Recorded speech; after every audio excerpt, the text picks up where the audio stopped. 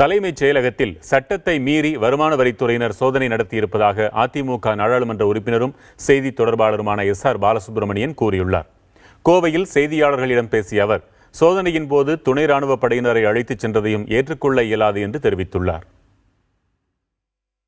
தலைமைச் செயலகத்திலே அவர்கள் தலைமைச் செயலாளருடைய அறையிலே சோதனை நடத்தியிருக்கிறார்கள்.